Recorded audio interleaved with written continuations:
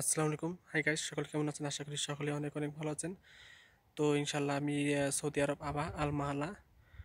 আমার পিছনে ওই দেখতে পাচ্ছেন পাহাড়, কালো পাহাড় একদম পিছনে লাস্টে ওদিক দিয়ে আবা এয়ারপোর্টে বিমানগুলো নামে, ঠিক আছে।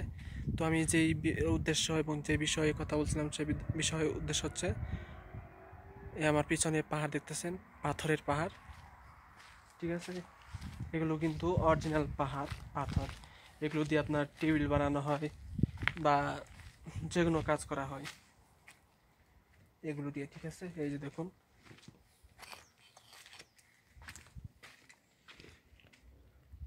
এই যে ছিদ্রগুলা, এই ছিদ্র দিয়ে আপনার কিছু হয়তো কোনো ব্যবস্থা করে হয়তো কোনো কোনো ভেলা কোনো ভেকু বা কোনো একটা অস্ত্র, এই দেখুন পিছনে অনেক কালো কাজ দেখ, এই যে নিচ থেকে কিরকম একটা দাগ হয়েছে, ঠিক আছে। যে কোনো একটা মেশিনের মাধ্যমে এগুলো ভাঙা হয়।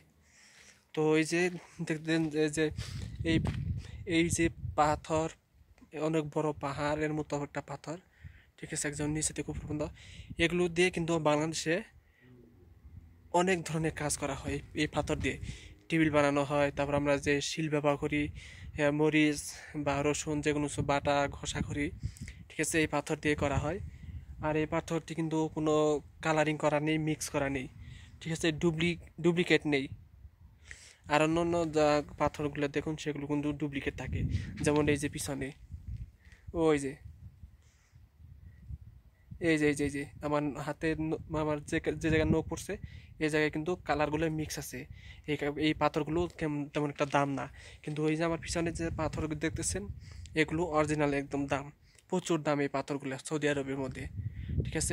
এখানের মধ্যে কোনো কালার মিক্স নেই, যার কারণে এই পাথর দিয়ে অনেক কিছু বানানো হয় এবং অনেক কাজে লাগানো হয়, ঠিক আছে। তো এই ভিডিওটা আমি আপনাদেরকে দেখালাম এর জন্যই, কারণ অনেকেই হয়তো বিশ্বাস যাবে না, বিশ্বাস করে না যে এই পাথর কত বড় পাহাড় আছে, ঠিক আছে। তো আমি আর কিছু বলবো না। এই যে এই পাথরগুলো দেখছেন কত বড় পাহাড়, আরও অনেক বড় বড় পাহাড় আছে, যার কারণে এই জায়গায় কোনো মানুষ নেই। এই জন্য আমি এই জায়গায় ভিডিও করার জন্য আসলাম। এই যে এই পেশে আশেপাশে কোনো মানুষ নেই, এই জন্য এই জায়গায় ভিডিও করার জন্য আমি একটা সুযোগ পেলাম, জাস্ট আর কিচ্ছু না, ঠিক আছে।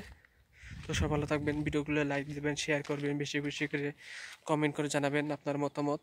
আজকে এই পর্যন্ত, সবাই ভালো থাকবেন। আসসালামু আলাইকুম।